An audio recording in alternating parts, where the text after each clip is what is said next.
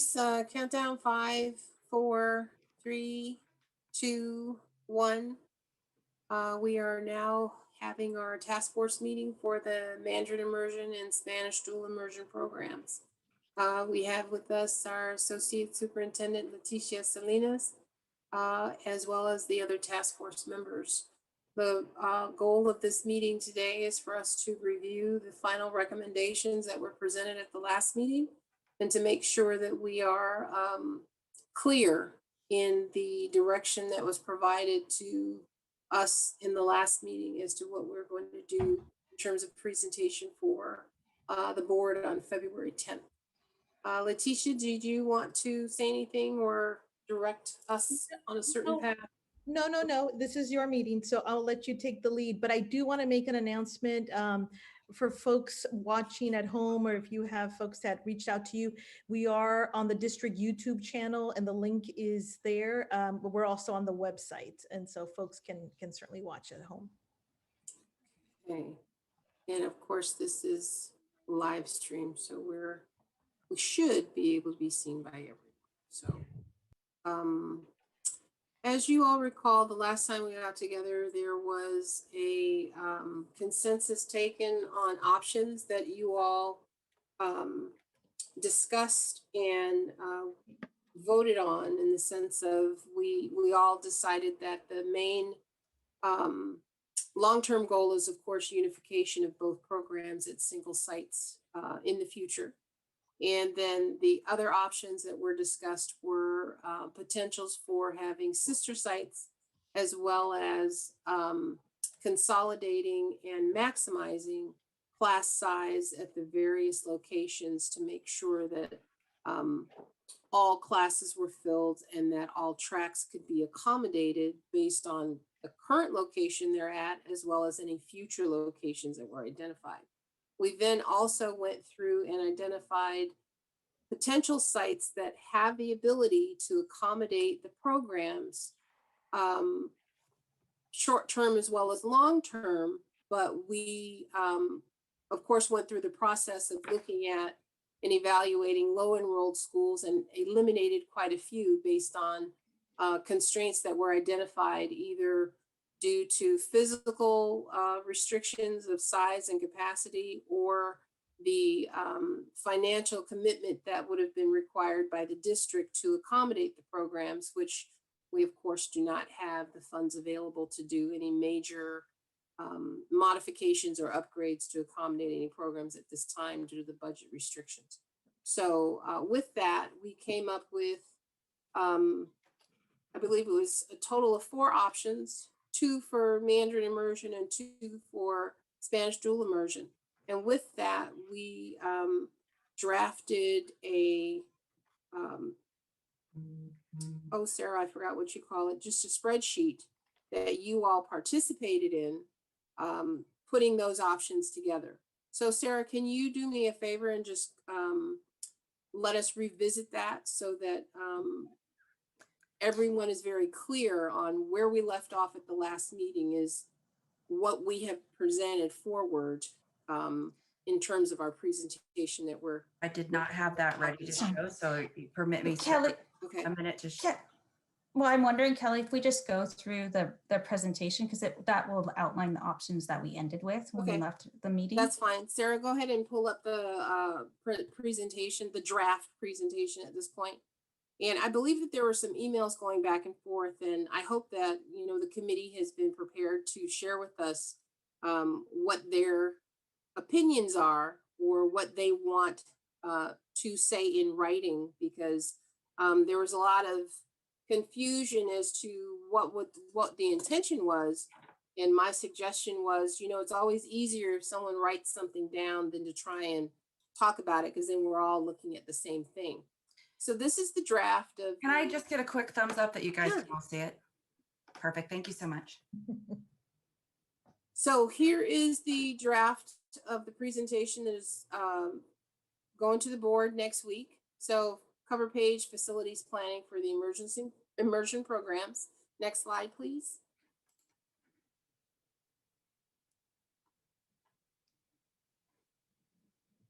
So this slide identifies and sort of summarizes the history of the tasks that were identified and given to the task force over the last, I guess it's 2 years now since we're in 2021. Can you guys take a quick minute and review that and see if that is accurate based on what is written there? And I will just want to add that I know there was a lot of work done prior to this task force, but this presentation is just the work from this task force. So just this time, but I don't want to invalidate. There's been many years of work by many of you over, I don't know even how long, because it's way before my time. So we know that there's been a lot of work over many years. Our focus with this presentation was just the work this task force did. Thanks, Quick Robin. question. I heard this is a draft, so this will be worked on to get all the spelling and grammar kinks out of this? Yes, absolutely.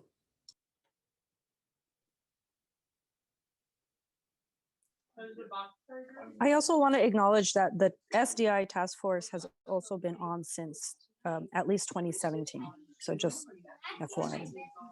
I have an ask while everybody's reviewing this. Can I make somebody a co-host who knows who should be in the meeting?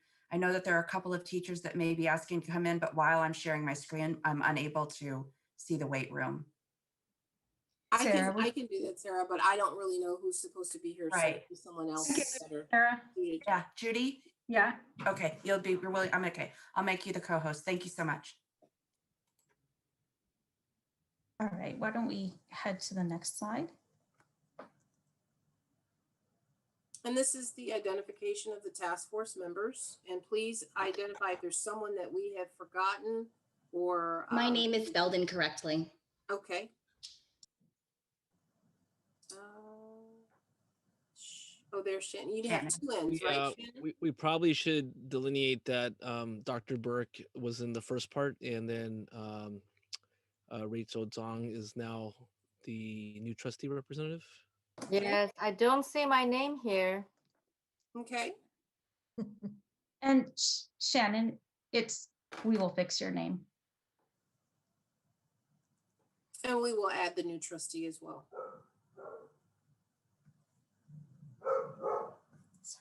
And is there anyone else that you see that we have overlooked in an official capacity?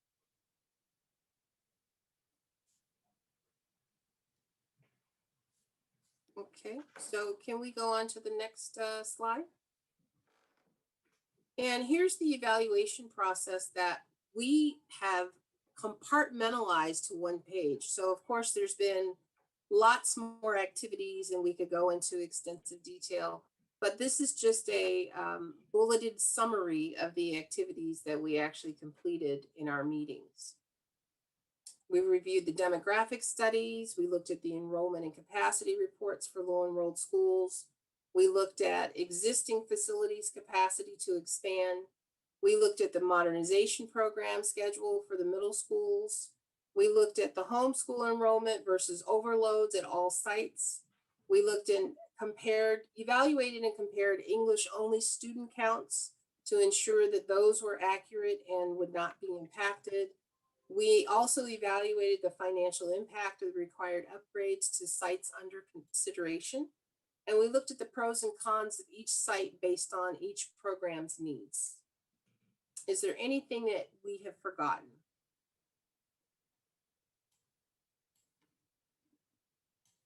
I'm a little unclear about when we discussed the financial impacts of required upgrades to sites under consideration. I don't think that was actually really shared with us.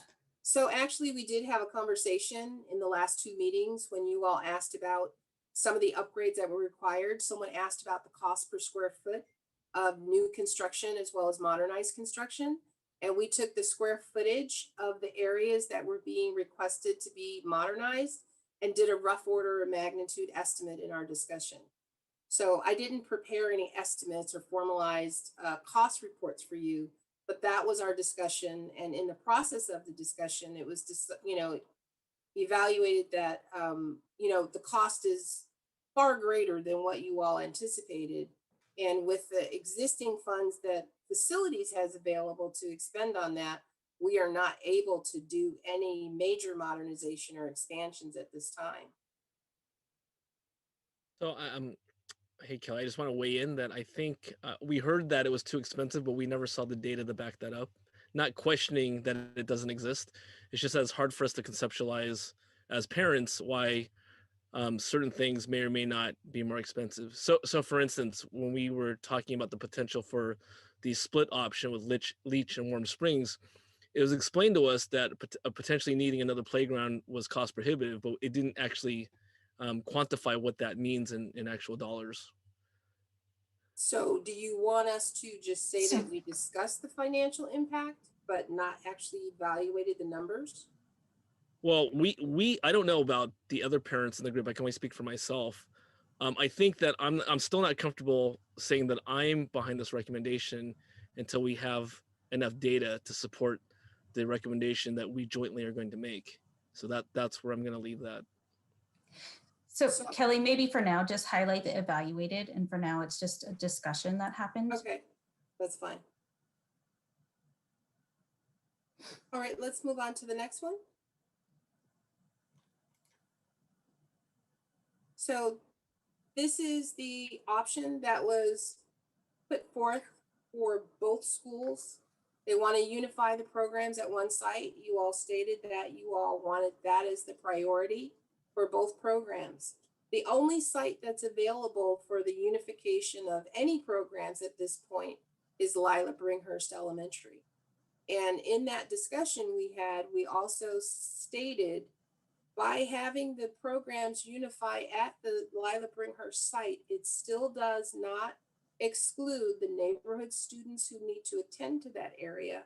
And it would accommodate the Spanish dual immersion program and the Mandarin immersion program if that is a board decision to do so, or one or the other would be able to be accommodated at that site. And let me just share with the task force, we have option 1, but there's no, we just numbered them. There's no, but we know this is the priority of both groups, is the unification of both sites.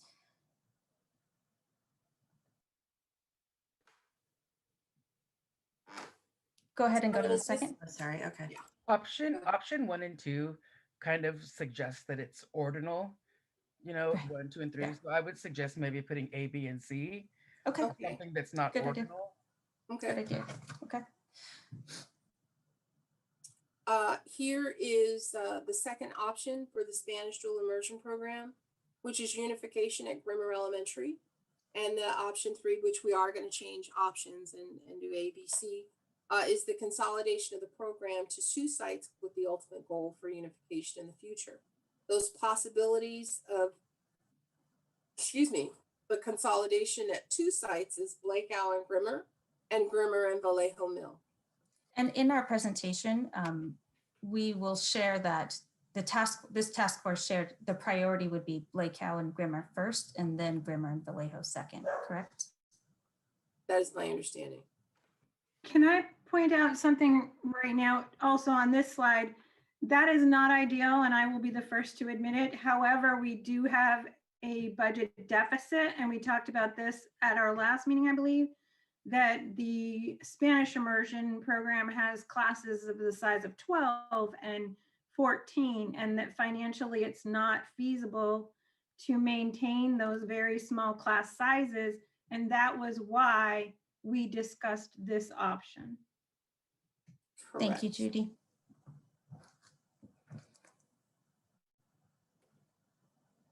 Next slide or? Yes, Go next ahead. slide. Discussion, okay. And here is the second option for the Mandarin immersion, is to create a second strand or sister school to Esveda at another site with an ultimate goal of unification in the future. And those possible facilities that were discussed and agreed upon was Blakeout. Now, last time we also had Brookville, but when we did the further investigation after, we actually don't have the capacity at Brookville. We don't have the capacity at Brookville to house a second or a sister school for MIP there. Correct. So then is this indicating that the only possibility is Blakeow for a sister, even though the original letter said that's not limited to Blakeow, although Blakeow was only the one named? So at the end of Correct. the last task force meeting, what we had said was, or what the agreement was, is that if there was another site that could accommodate it, that would also be considered. But in the evaluation of those options afterward, it actually is, Blake Howe is the only one that is able to accommodate the full growth of a K6 strand. Okay, so then this is different from the letter that was published on the 1st and that we only saw on the 2nd.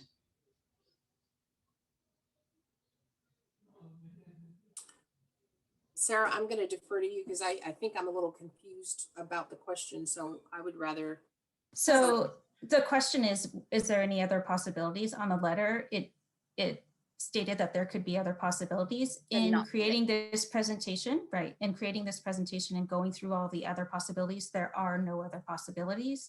Okay. Once we evaluated the sites, yes. And then just for my edification, so then if there is this thought for a temporary consolidation to 2 for SDI and a temporary split for MIP, and Blake Howe is listed in both of those, is Blake Howe able to handle both of those programs? So that would be at the direction of the board, if in which direction they go in. So if the board said option 1 or option A, both are going to apply to Bringhurst, then this wouldn't be a conversation. But if the board said we're not able to do that, we have to have the sister schools, and so we'd have to look at MIP. The only option to do that would be Blake Howe, which then would impact the decision for SDI. I'm also still unsure. Shannon, were you done? I don't want to step on your. Okay. I'm also still unsure because I also brought up Blake Howe for Spanish immersion, especially because it has a, it's basically where immersion came from. Blake Howe's original school there and its central location. And so I was never made clear if it was a possibility as far as numbers are concerned for Spanish immersion. Yeah, and I think we're Blake Howe's a possibility right now for Mandarin is because we're just going to start with 4 classes. We wouldn't be able to house the entire SDI program at Blake Howe. Okay. Is that helpful? Yeah, that helps. Thank you. Okay. And next slide. And then considerations for the instructional program. We left this.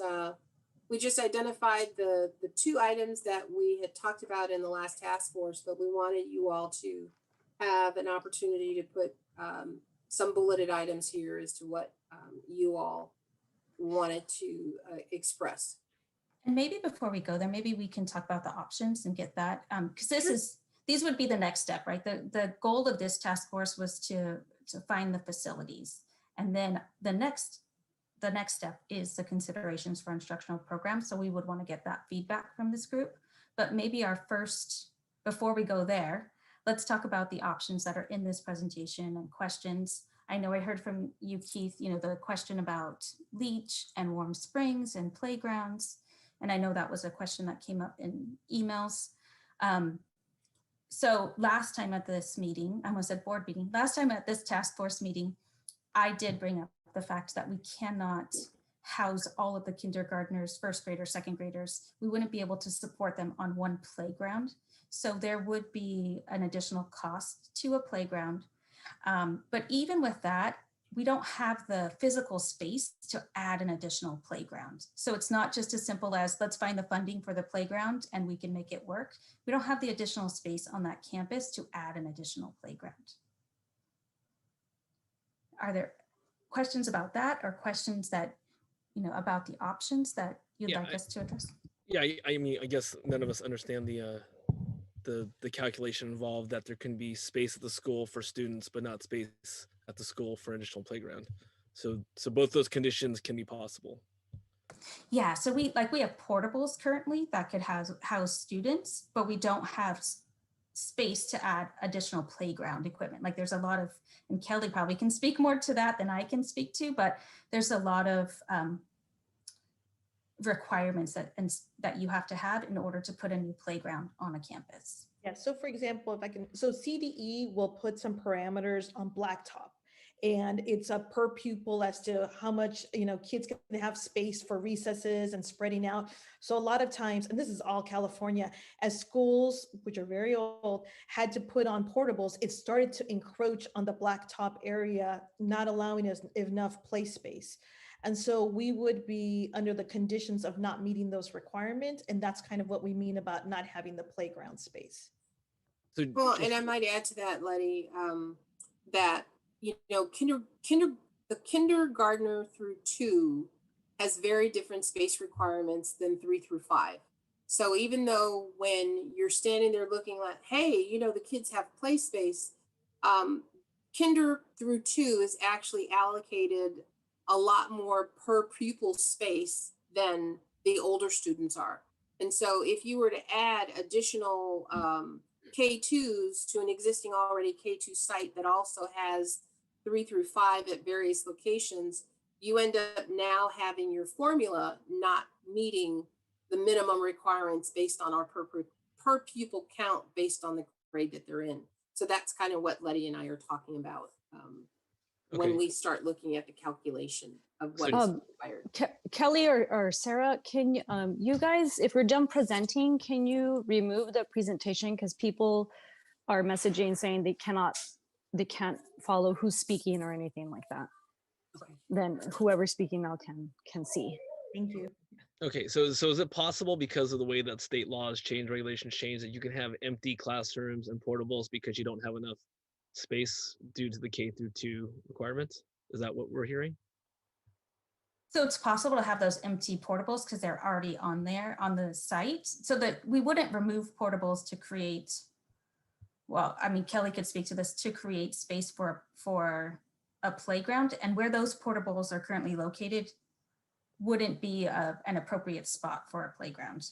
Oh yeah, Does no, that I'm make not sense? talking Yeah. about taking portables out for a playground. I'm just saying that just to catch everyone up, because we're lay Yeah. people, Yeah. that because of whatever regulations are involved, you can have classrooms or empty portables, but because of the space limitation on the playground or absence of another playground, therefore those rooms are not able to be utilized. Correct. Oh, I have a question. So the Mhm. James Leach, they have an empty parking space, and now it's just people used to park there. And what's our plan to use that area? I apologize, Trustee Zhang. What was the location that you're referring Oh, to? James Leach. James Beach. James Leach. We're talking about Oh, James. Leach. Yeah. Okay. I'm mentally visualizing the site right now. Yeah, because the reason I know this area because my kids went to that school, Okay. Right. and they have a parking lot, and it's just a dirt ground, and which is not being used at all. Marcus, I believe, isn't that the empty lot that's adjacent to the drop-off zone that is like a that's- parcel? And yeah. it's not actually part of the school site, but even though the district owns it, it's not like part of the school So site itself.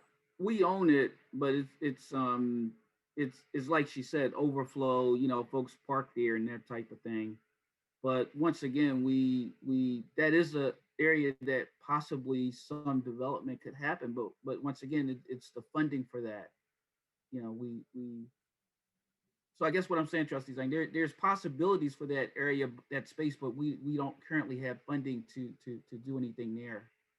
Right, and then so we don't. I don't think we're gonna have a plan to do this for the next 2 years, based on the budget, outlook.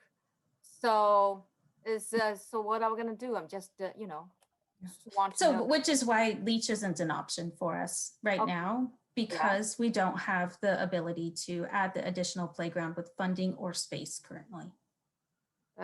Even though that could be a foregone conclusion, I'm just interested, how much does it cost to put up a playground? Right. I don't know, Kelly. $375,000. Oh my goodness.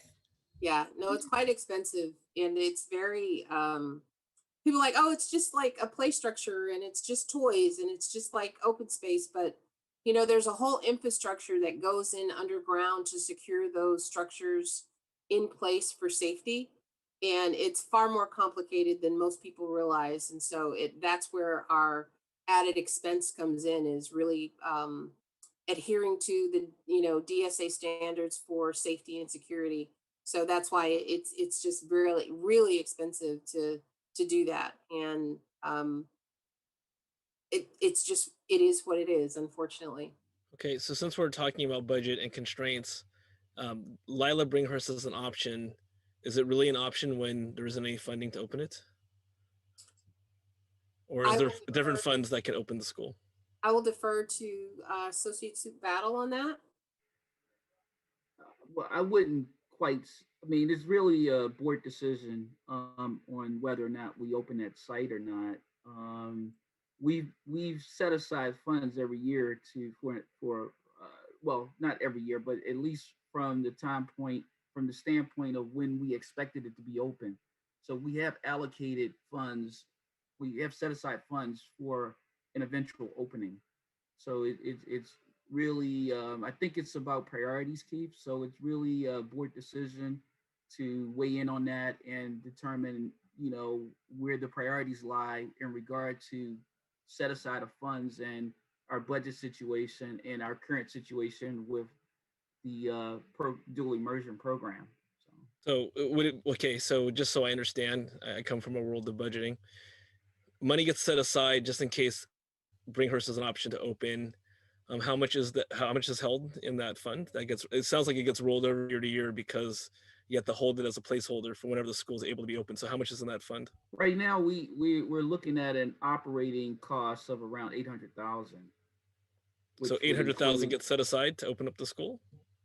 800,000 is what we set aside in our budget for potential opening of the school. Okay. And if the school does not get open, that 800,000 carries over into the next year? It's as the board designates. If we are delaying opening like we did last year, that was a budget decision that the board made to delay opening. So those funds were set aside, or I'm not going to say set aside, but they were allocations appeared in the budget again for an eventual opening of the school site. So, And Mr. if Battle, the board, so if the board next week says, well, we are not going to open Bringhurst, we are going to, so the funds that were set aside this year will basically fall to the bottom line, and then next year for the eventual opening of the next year, we would set aside funds again. So it'll just keep going until the board makes a decision. Okay, we're going to open it now. I'm just trying to understand. I get that. Thank you for this. I'm just trying to understand, just from a budgeting perspective, if the funds don't get used in that year, does it automatically carry over? The board has to designate that the funds get carried over, or because of the budget situation, those funds that were designated for the opening then get reallocated for this year? The funds would just be reallocated in the next year's budget for an opening. So the funds, we close our books each year. So whatever we've set aside falls to the bottom line, and then we set up new allocations for the upcoming year. So I have a question then. So all the money that was set aside for Melendez when we were going to open, all of those funds for that school got just put into the general budget of FUSD? I can't answer that. That was before my time. But if there were, I can't answer that. I'm not even going to try to answer that because I don't know. I'll jump in. Yes, the short answer would be yes, because once the school was not able to be used, we have to put those funds back into the general fund. So we're in a really big time budget crisis. As you all know, by the end of February, we have to reduce our budget by at least somewhere between $6 to $17 million. So when we have opportunities like this, where Melendez was going to have an operation and then it was canceled and with no chance of coming back, then that was put back in the general fund. Okay, thank you for the explanation. So just for practical reasons, is Bringhurst really an option? well, I do want to add one more consideration. As we start to look at these classes that, because they're at several sites, so for example, the Spanish immersion, if we were to consolidate, unify to one site, there is the option of having these classes really staffed at what the regular class sizes are for all the other programs that we have. So for example, if we have classes of 14 students and we would have a richer program because we would actually have the full class. So there would be some cost savings there, but the pro would be we would unify the program. Another thing that is out there is the idea of attracting more folks back to Fremont Unified. I know that is something that we're starting to look at, what our capture rate and retention rate is of neighborhood families or Fremont USD families. To be able to say that we have a school that is an immersion school could be something that we could leverage into a pro for us, where it may attract and bring back some families. So I think those are some of the other considerations that are out there. Well, the trying to unify, especially for the SDI program, has been going on since my child was in kinder and now he's in 5th grade. So the attraction is slowly and it's rapidly going away, and our families are going away. I mean, even as myself, I'm looking at other immersion areas because I'm kind of tired of the promises, and I'm on the task force.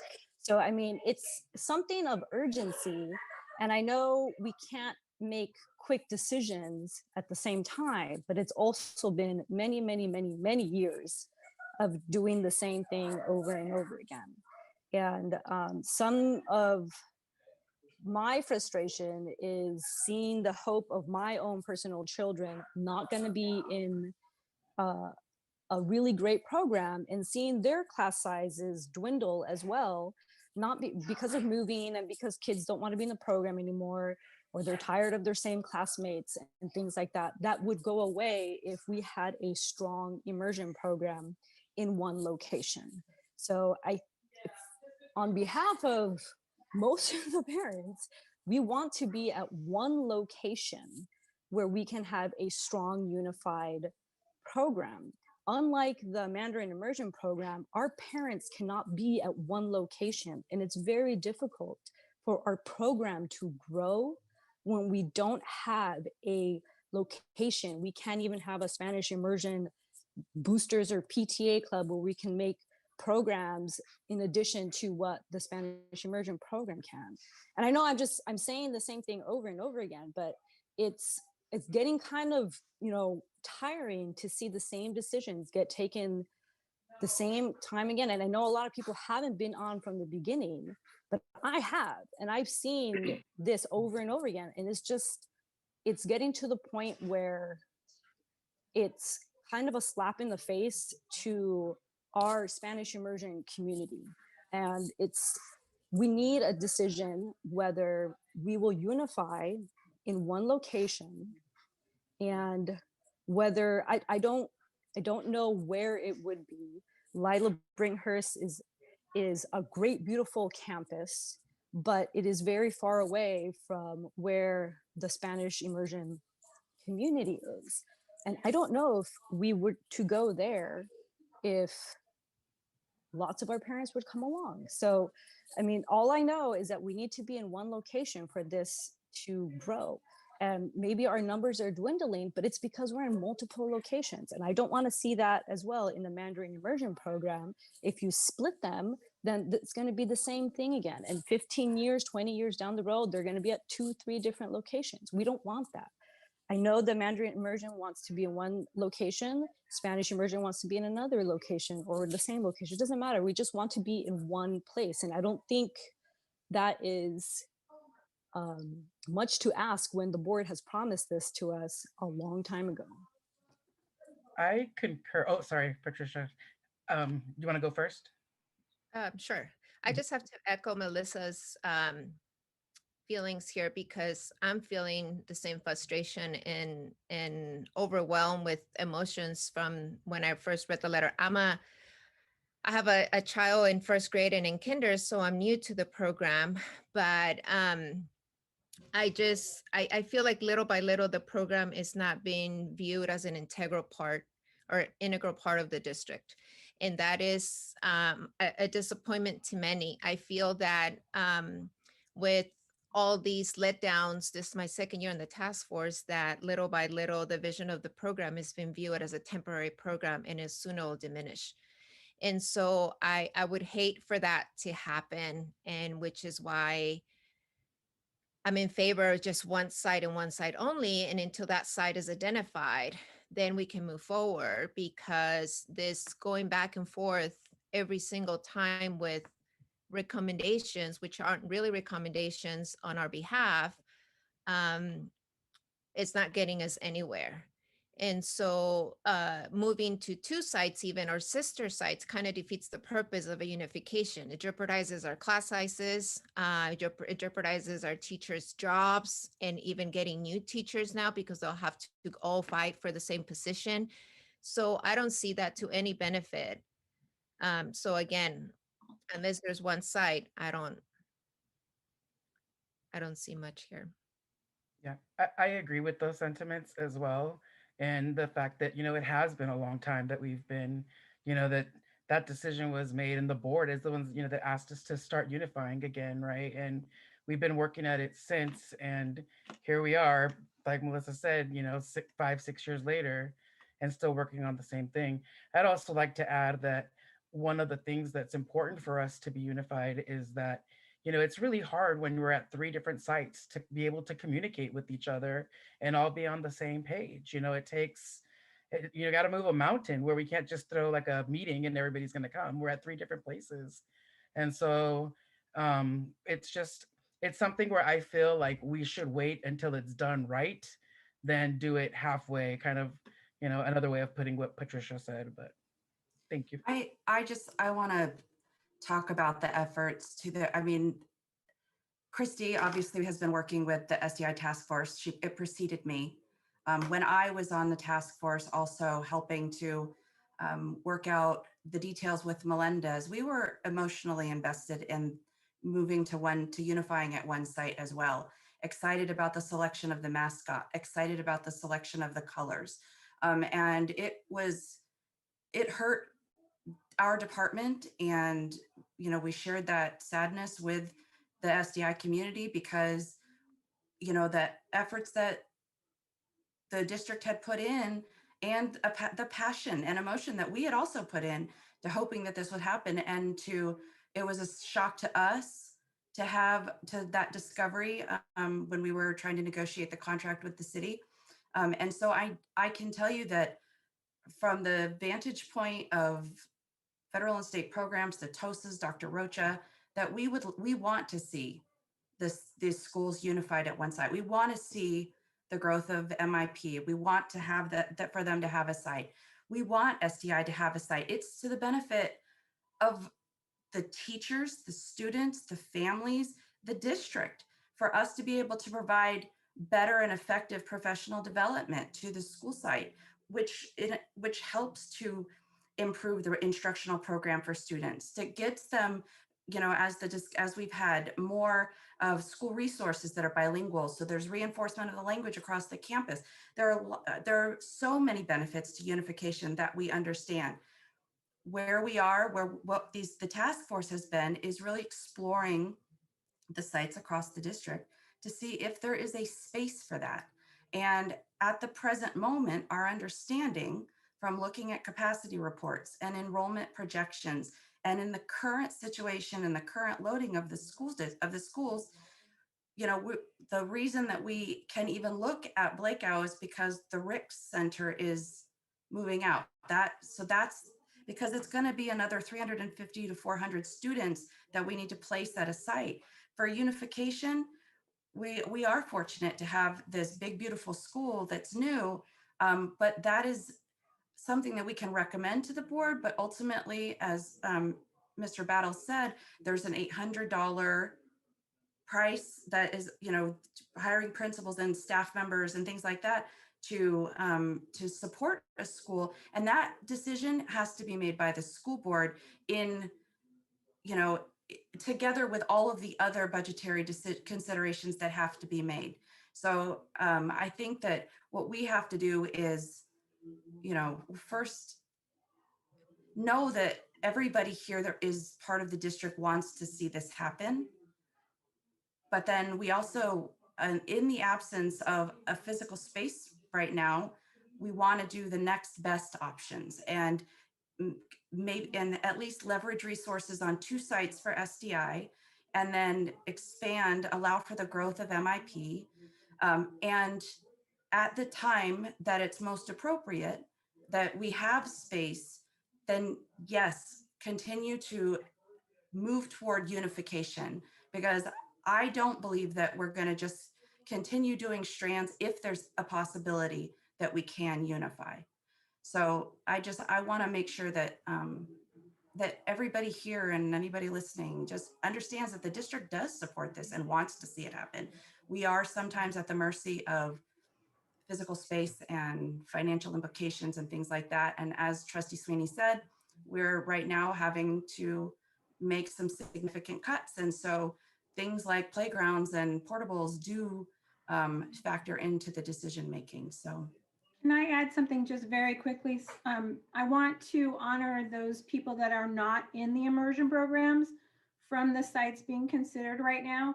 And I want you to know that the task force is fully on board with the school board to say that the homeschool children do not get displaced. I want to make that clear, that the task force is in agreement to that. Thank you, Judy. I want to reinforce that because that came up previously in a previous administration last year, and it caught everybody. I think everybody in the audience as well as the board flat-footed. To the comments before, I just want to add 2 more things. One, which we've talked about before, is that the Marshall site, the board had to take action to remove that tenant. It was all done legally and nice and all those sorts of things. We had to take the action to clear space, and then we had an investment to get the school back into shape for what we needed it for. So there was 100% positive intent, and everybody was very happy that night when we were moving forward and dedicating the Marshall site. And as it turned out, we got the rug pulled out from under us. So we understand your frustration, because that's our frustration as well. We thought this was going to solve it was going to be a fantastic solution for a problem. So it didn't work out. So we're back to square one. So now we're looking to find to consolidate the Spanish program into 2 sites, so you have less of the confusion than you have with 3 sites, and to grow the Mandarin program also to 2 sites, a sister site, because that sister site has to have the growth available as we're going forward. To complicate all this with the $6 to $17 million budget restrictions and reductions that we have to make this month, the city has already shared with the public that ABEG, the Association of Bay Area Governments, has assigned Fremont to have an additional 14,000 more housing units by 2035. So space that we have now is going to be even more at a premium as we get more housing, more dense housing within our city. So I don't see, in all honesty, how we're going to be able to make this in the long range what we want it to be without some fantastic investment by the public and maybe a dedicated school that would be built for that purpose, perhaps. But for right now, we don't have the funds. It's getting bleaker. And what we have to do is the task force was set up with the intention of what can we do for the following school year coming up so that we can house students most appropriately for the 2 programs. So that in a nutshell, it's money, it's density, it's future, it's what we've done in the past.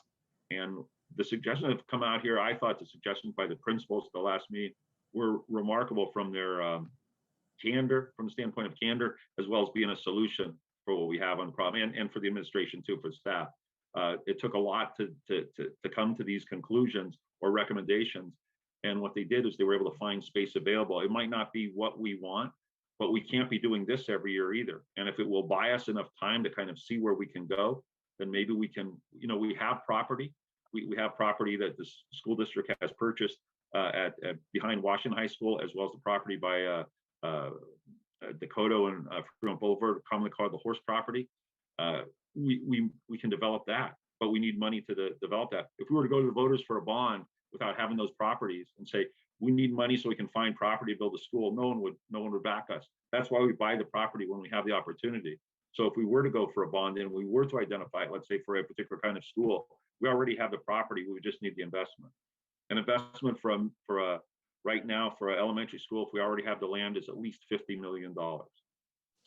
And I'll I just want to kind of refocus us too, because I know that everybody's frustrated, but I want to appreciate everybody's input, and it's very, very complicated. And these are very emotionally draining stories that we all go through. We think we're there and then we're not there. We think we're there and then we're not there. Hey, Larry. I've been saying for a couple of years, why don't we just then sell the Marshall property if we can't use it for a school? Why don't you sell that to fund a school Exactly. next to Washington or the horse property? I mean, It's a great question.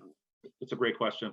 By law, we have to form a committee called the 7-11 committee. That committee is being formed right now, so that this keeps the process transparent and accountable, so the public can see exactly what's being done. So we don't see a group of board members selling a piece of property and no one had an input. So there's a huge involved process that the state requires us to do. So the first thing we have to do is declare the property surplus. To do that, we have to have this committee. This committee is, we're almost together right now. So when it is, they'll declare it surplus, and then it'll be a community decision on how to sell it. And it's going to be hard to sell, isn't it? Because who wants to buy a property that is next to is in an area that the state says you can't have a public school there? We could sell to a private school, but is that morally correct? And that's a discussion for the greater community. Or do we turn it into a park? So no idea how much money we could be gained from selling that property. Trustee Sweeney, might I just add that the 7-11 committee was formed and appointed by the board last September. And so that work that you're talking about with regard to Marshall property is going on right now. And so there actually is a community meeting this evening specifically to get input from the community for the Marshall site. And so that work is going on, and we are being very diligent and very forward thinking in terms of the discussions that we're having with the community. So we are the committee is prepared to present that option to the board either at the end of February or the beginning of March, based on the outcome of the meeting that we're having this evening, as well as additional research that's being done by the other committee members. So just to let you guys know, that is going on, and it is a process that's been going on since late September. Thank you, Kelly. So in the interest of everyone's time, I just want to bring us back to the presentation and other questions we have about that. Recommendations to us. We just want to open it up and to make sure we're presenting to the board the accurate information. I really do appreciate everybody's input about the history, because we do have 2 board members here that are hearing that too. And so when it helps in their decision making, and they can share that with the rest of the board members at the meeting. But are there other questions about the recommendations or feedback? I have one question, trying to wrap a lot of these concepts together, being very sensitive to the budget challenges. So thank you, Larry and Sarah and Letitia. The first question would be should we even be talking about options if there really aren't any? And I mean that in a practical sense. The second one is when Letitia was mentioning that, yes, immersion programs can be seen as an asset for the school district. If we're taking this step of a recommendation, it's still unclear to me of whether it's truly a temporary solution until the time unification is an option, or is it really what we're saying is that it's a semi-permanent solution, and unification may not happen for 5, 10, however many years down the line. I think it'd be very transparent to just explain that, and that we can be intentional about that, because I think if we don't do it now, it'll come up every year. I know that. So it's just it's a stream of consciousness, but it's just something that's been on my mind.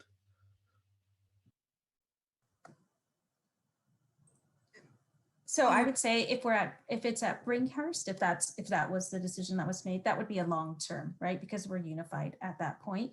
I think if we're creating a sister strand, it will be a few years that we watch the Mandarin program grow, and then come back together and say, we now have capacity at a school where we can house the whole program. So it's not an end, like if we decide to create the sister strand at the board meeting on the 10th, I think it's the 10th, right? It isn't something that's a forever, but it will be a few years before we see a site that would have the capacity to hold the entire program. Okay, just as a follow-up, because as a parent, having been in the immersion program for many years, And if I was a parent in another school district, or thinking about coming back into Fremont, I would want some level of certainty on the time frame, and that's why I'm bringing it up. That if that was one of the the pull factors, is that we have these GEM programs of immersion without a parent knowing what they're actually signing up for, it might not be that enticement that we're hoping for. Robin, if I might add as well, part of the discussion that we had was talking about the space that becomes available when your sixth graders actually consolidate and move to their new locations at their new middle schools. And that can't occur until those schools are actually done in 2023. So part of the challenge is that we do have to put you guys in a temporary location.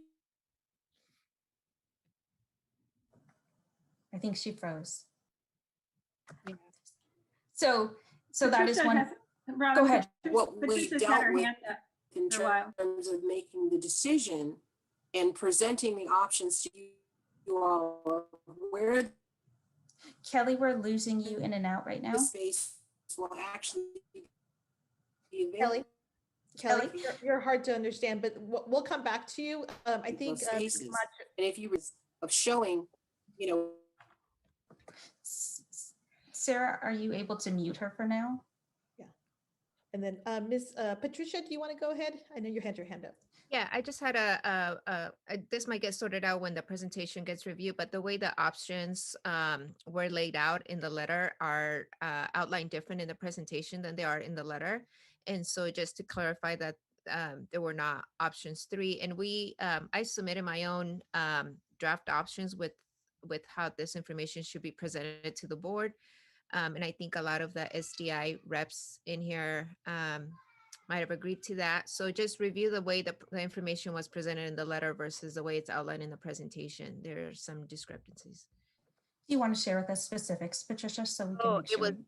It was the way Lila and Grimmer were identified as unification, as the one site for unification under option 1, whereas in the presentation, Grimmer is option 2, and then there's option 3. And I don't, and we haven't had much discussion in task force in terms of SDI. I think for a majority of the task force, the conversations have been regarding the short-term needs for MIP.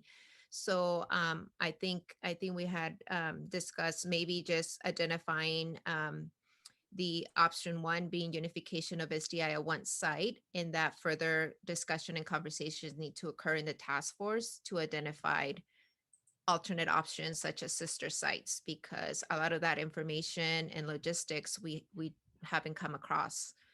It was only at the last meeting that we learned about the principals meeting to identify Grimmer. And so I think that after the board meeting, a lot more conversation and discussion needs to happen for us to understand those alternate options for the 2 dual sites. That's all. And we can, I hear what you're saying, because I struggled with that with the 2 sides because it is still unification at Grimmer. So it's still within the same option. So yeah, we can work on the wording of that. In considering, and help me if I'm not articulating correctly what you're asking of us, is to look at, if we do the sister schools, what are the impacts of that at a future meeting? Is that what you're asking? Well, speaking for myself, the sister sites conversation we haven't had that conversation as a task force for SDI specifically, and looking at how that would look, those scenarios would look like.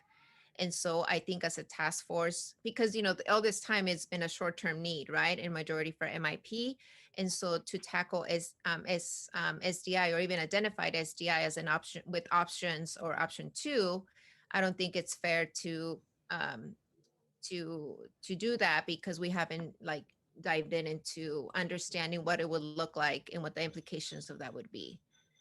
At least for me, I'm not sure that I'm comfortable even identifying those 2 as options yet, because we haven't discussed that yet.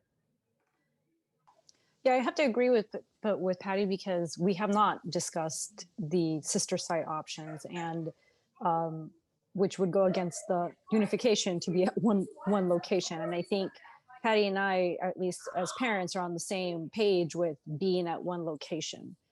So, I mean, I don't even feel comfortable with presenting the sister options. It's like not under what I would recommend for our unification to the board. So I think Patty and I are just on the same page with, we want to present something, but we want to present something that is in one location where we can unify. Right, but as Sarah was sharing, that's the goal for everybody. If we, so am I hearing from the SDI group that if it's not unification, that we don't want to make any recommendation to the board? Well, no, because there is no need, because we're still at our 3 sites. Like we don't have a space constraint right now like MIP does, where they don't have a space for the kindergartens this year to go to next year. If we go back to school next year, our program can stay the same. We don't have to create another transition to go to 2 sister schools. You said Right. there's no physical constraint right now, unless MIP creates a second strand at Blake Howe, and then we have SDI and MIP and English only class at Blake Howe.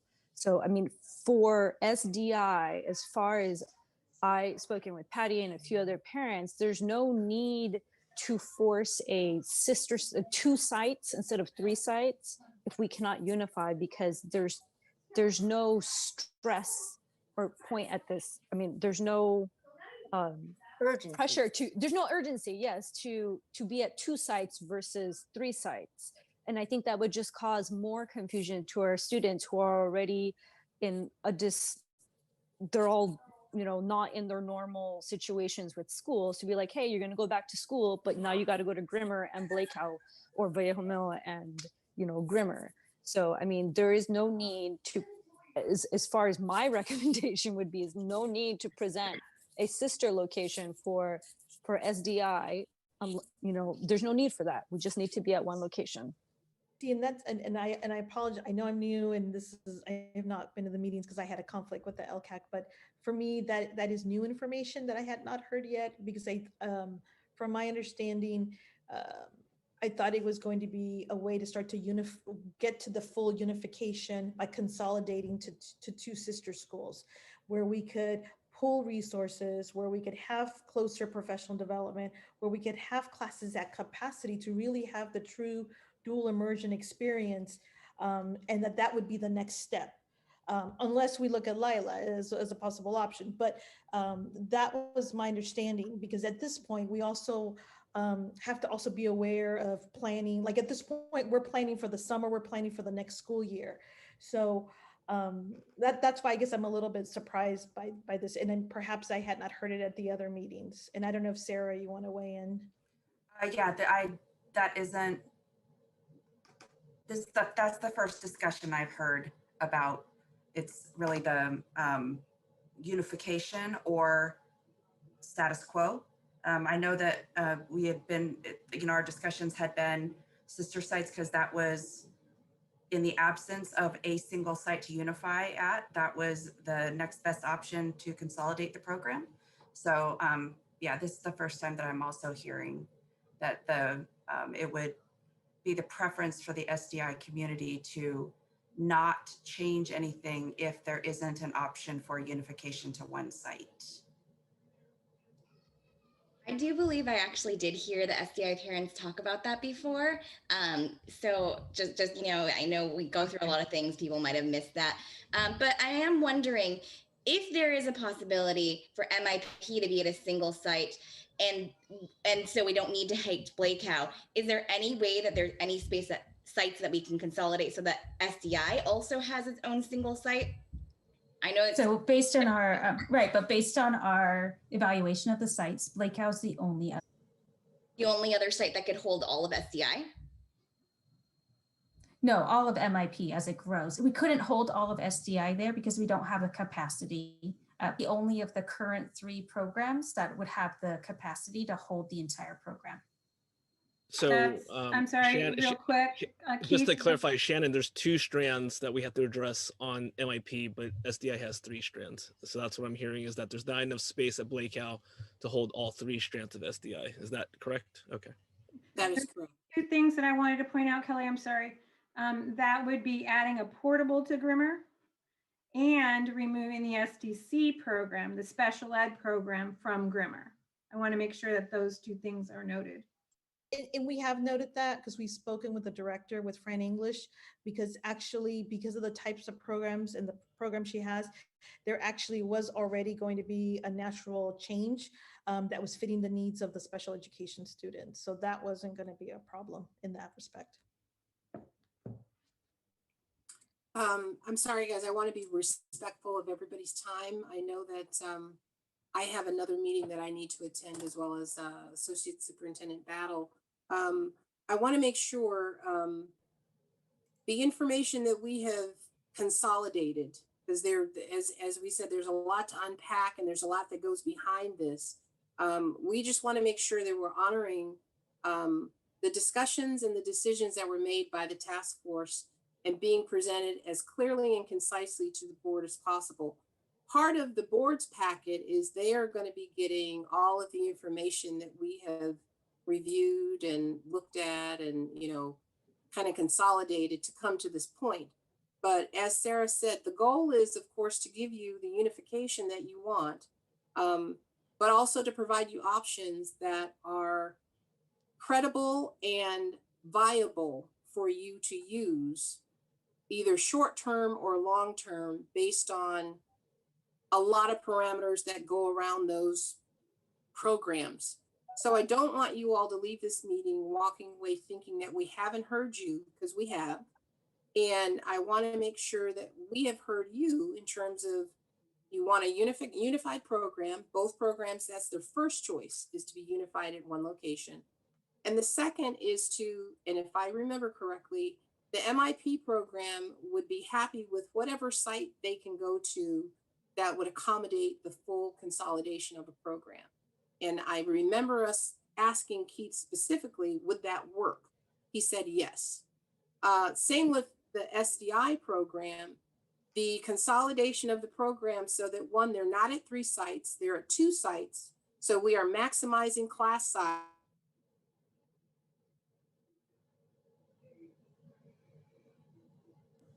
Oh, she froze again. Locations versus 3 locations. And instead of having 14 students in a class, we actually meet our number that we're required to have of anywhere from 28 to 30 students based on the grade level.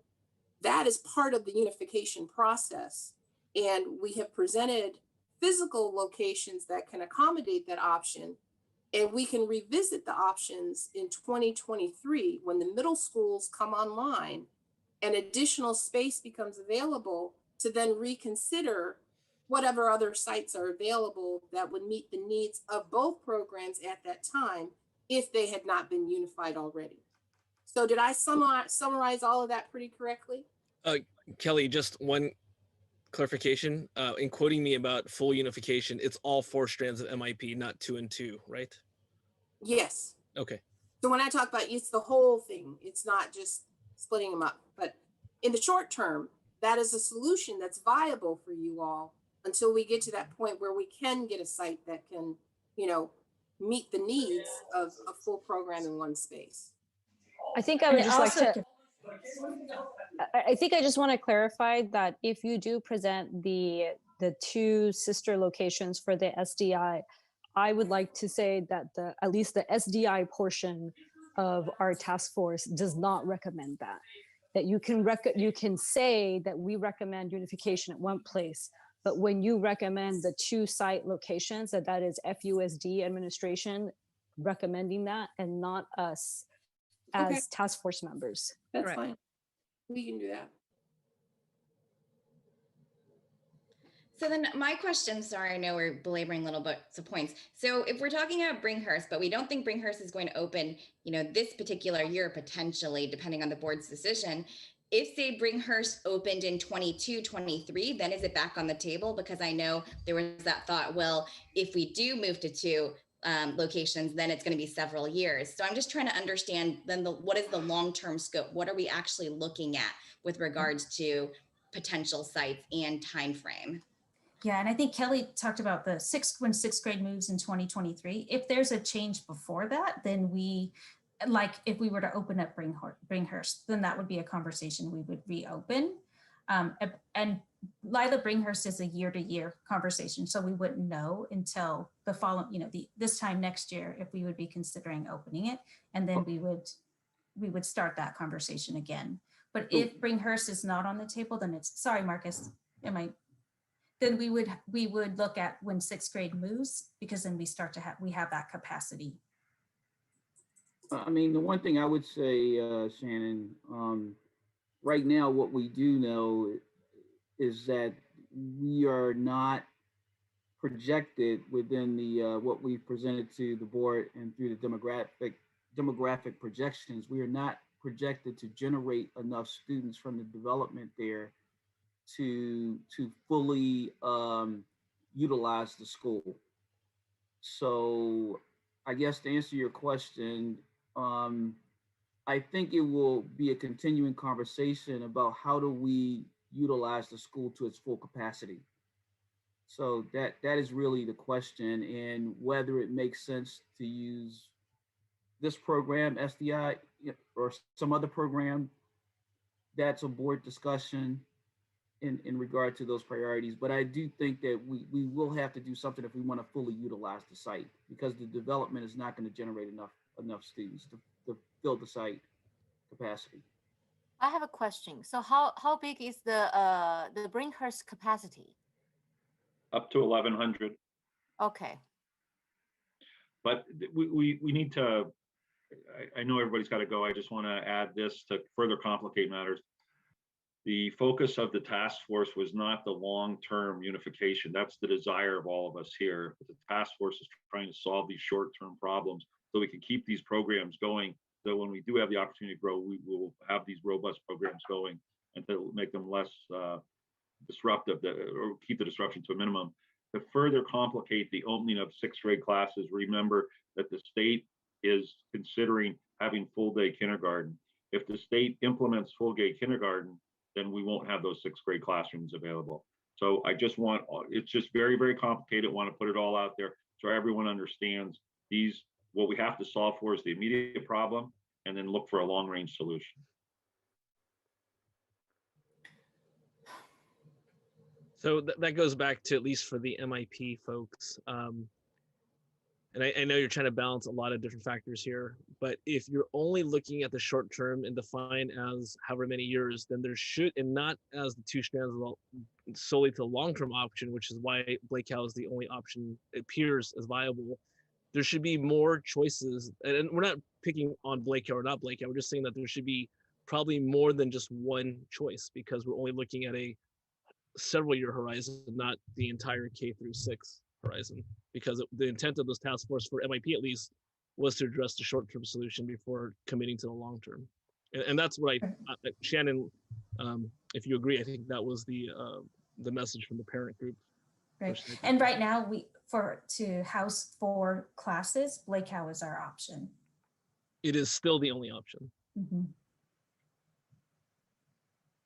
And that's because, as somebody said earlier, we just had we'll be moving some of the students to the new RICS facility. So that's opened up space at the school site. Okay. Just in the initial meetings we had, when we had all the different schools that were available, there seemed like there was at least 3 to 5 that had potential capacity. So would Blake Howe house then one strand of MIP and then the SDI at the same time? Or is it that you're saying that MIP will be there and then SDI will have to move to Grimmer and Vallejo Mill? No, we're only addressing it from the MIP perspective. It's that, and Robin, before I think meetings before you joined, we did 2 or 3 meetings on all available options for capacity, and we talked about maximum load, programmatic load, and current utilization. And it seemed like there was at least, if I recall, at least 5 viable options, if not more. I think Blake also, I mean, part of that discussion is we are yes now talking about the conversion of the middle school model and the 6th grade classes going, but that is 2 to 3 years out, and there are new enrollment projections every year and new developments that are happening. And so right now the best course of action would be to have the MIP program go to one that can accommodate further years out, even though that's not the ultimate goal. The ultimate goal is unification, but because we don't know the specifics of the timeline of the opening of Lila Bringhurst, because we don't know what enrollment projections are going to show next year, that if we can at least know that MIP will be able to stay at Blakeout for 2 years or 3 years or 4 years, and that's not the goal. I just want to reiterate, we all understand that the goal is unification and to do that as quickly as possible when it becomes available. But circumstances are not always within our control. And if 2 years from now, it appears that that's not possible, we know that MIP would be able to stay another year with 2 additional classrooms. And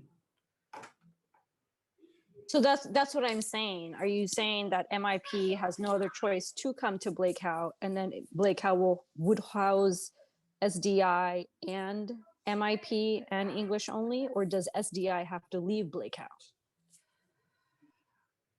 I don't believe they have to leave Blakeout. I'm not the facilities person, but knowing the amount of classrooms that would be leaving to the new facility for Rick's would open up enough space at Blakeout with its current configuration. Does that make sense? So right now it currently has SDI, our English only program, and we have our preschool students on there. And so the preschool students would be, and Sarah, step in, because I wasn't in those meetings, but Blakeout, the RICS program is, I believe, 7 classrooms. So they would be vacating 7 classrooms, and I believe there are still a couple available. So that would allow for the 2 additional kindergarten classes and the 2 first grade classes for MIP, and potentially a couple more years without any changes to the MIP or to the SDI program.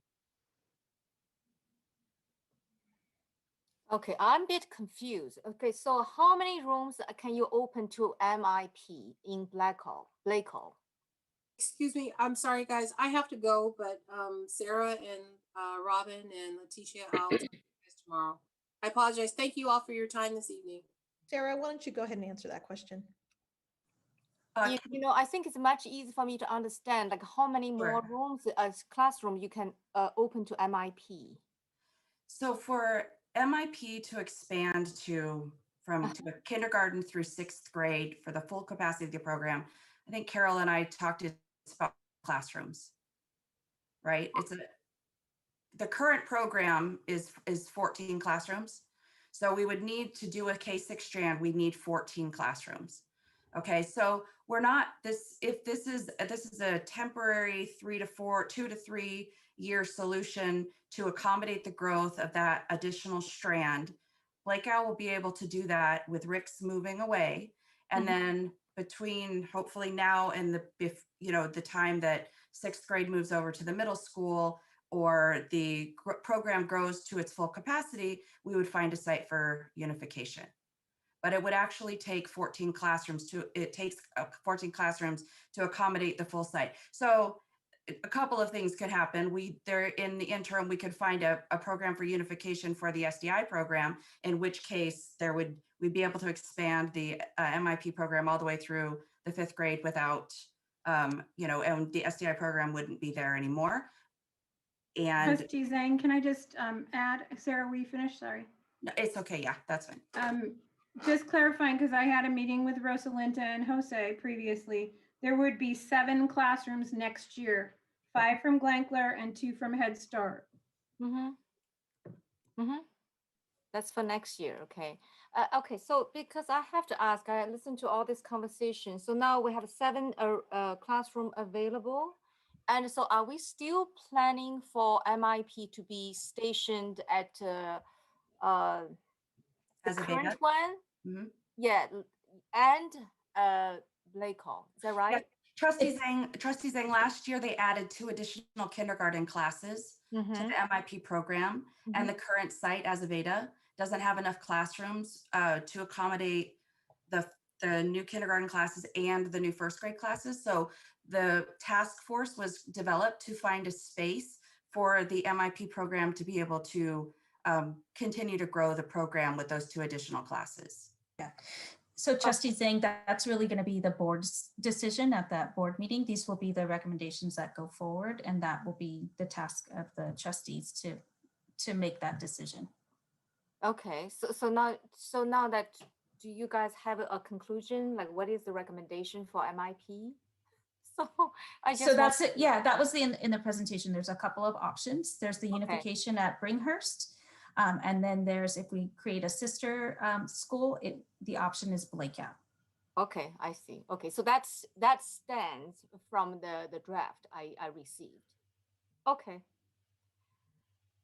I wanted to bring up one thing that I think is missing in the presentation, and that is that Spanish immersion is very much wanting to have a centralized location because we're not sure that our families will travel. And I didn't see that anywhere in that presentation.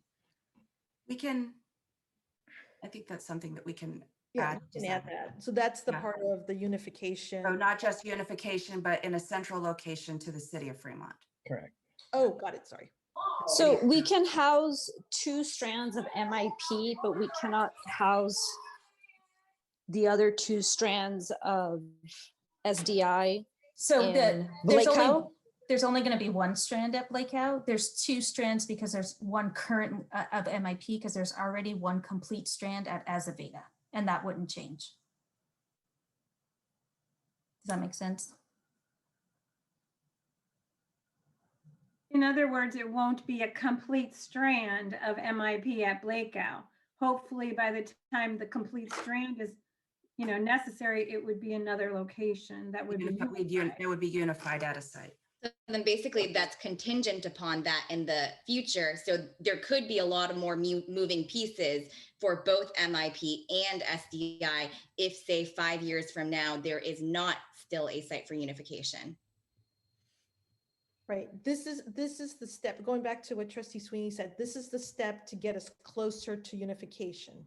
And that's consolidating, the 3 strands to 2 strands for Spanish immersion, and then adding for the growth and promoting that growth of the sister school to Azaveda. But what I think we will make sure that is absolutely clear in the presentation is that the end goal is unification. That's what we want. And we'll make sure that's clear. And I heard you, Victoria, about the central location.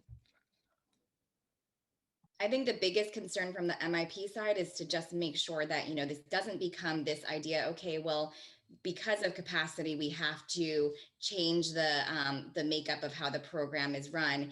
And then that just becomes the status quo. Because like I think someone had mentioned before, even if we do move to Blakeout, that is still going to be costs to Blakeout for different things that they need to implement in order to bring those students over. And so I think it would be remiss to discount that there might be a concern about moving MIP again shortly after, when those resources have then been put into an interim school. So in case of nothing happens for K through 6, Blakeout can house 3 full strands. I'm confused now. 2 additional strands of MIP completely, but cannot house SDI, right? That's a We can house 1 additional strand, K6. Of SDI or of MIP. But I think no, your point is well taken. No, so it's a sister strand, but it's 2 kindergarten classes that become 2 first grade, 2 second grade. So it's 1 strand, but it's half the program. There would have to be discussion if we were not able to find a unification site for either SDI or MIP about how to address that. If SDI stays at Blakeout and the MIP got to full capacity, the discussion has not been that. When SDI unifies, will they be 3 strands or will they be 2 strands? They would be 2 strands. Okay. And those 2 strands cannot fit a Blakeout. It would be, so there would be 1 strand at one of the existing SDI schools and another strand at one of the other existing SDI schools. So we're talking about the second option though. We're not talking about, or we're option B. We're not talking about option A. So, you know, there's a possibility of Lila Bringhurst or Grimmer to unify. But then option B is, if that's not possible, we would be 2 strands instead of 3 at either Grimmer and Blakeout or Vallejo Mill or Grimmer and Grimmer, correct? Yeah, I'm trying to visualize the dance because I know there's a lot of moving parts. I'm just trying to. I'm just wondering if any current school can house, because SDI does deserve a consolidated site. So I'm just thinking that, is there any of the options that they can actually fulfill that? Because we know we have to be sister sites, so we get that. We're just wondering if there's some type of model that lets SDI consolidate from 3 to 2. From 3 to 1 would be at Grimmer, and then 3 to 2 would be at Grimmer and Blakeout, or Vallejo Mill and Blakeout. Is that right? Or Vallejo Mill? Vallejo Mill and Grimmer. Grimmer. Although Melissa did say that that would be a staff recommendation from the FUSD staff, that her feeling is that the SDI parents really are only supporting unification. That's correct. And then Lila Bringhurst has a very low chance of opening this upcoming fall. Is that correct? It's really going to be a board decision. Okay. And then predicting that, nobody can predict that. It's going to be weighed in with all of the other budgetary considerations. And then if Lila can house, you know, the programs, would it be both programs at once, or would it be one program because it houses 1,100 right, students? But we do, there still has to be room for neighborhood students. So it would have to be either the MIP program or the SDI program. So because I believe it's one of the enrollment projections for like 5 years from now is that it will get to 300 or 400 students. And so of course the school is intended for the neighborhood students. So while it's not even within the current projections that the neighborhood students will fill it to 1,100 students, we wouldn't be able to put both programs at Lila Bringhurst and still allow for the neighborhood students in 5 years. What is the total enrollment of SDI, Sarah? Oh, off the top of my head, I want to say. it's just shy of 400, I think. And is that the same of MIP? It's in the ballpark. They're within, you know, I think 50 students. But that is rapidly changing because like we have those 2 additional kindergarten and then 2 additional first grade classes. So at capacity, it's going to be over 600 students for MIP. And the reason why MIP can grow even in later years is because there's other, you know, there's other language schools, and there's not a lot of, you know, Spanish schools around in the area. So that's why it's very difficult for once a child is not in the program as a kinder or first grade for them to test in, because they have to test in both at Spanish grade level and English level. So there might be children that, you know, can speak perfect Spanish, but they don't test in at the English level. So that's one of the differences that we have in between the immersion schools, as why, you know, ours is kind of hard to grow as the children get older. I do have another question. Why is it that we can unify at Grimmer, but we cannot unify at Blakeout? Is that because of space constraints? Is Grimmer can house more students? It is space constraints. And it's, as Mrs. Nye said, looking at some of the programs we have there and making some adjustments to some of the programs, we'd be able to make the additional space there.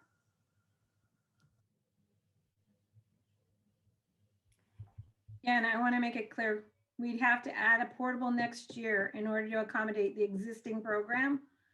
And then to grow, we might need another one next year, the following year, I mean.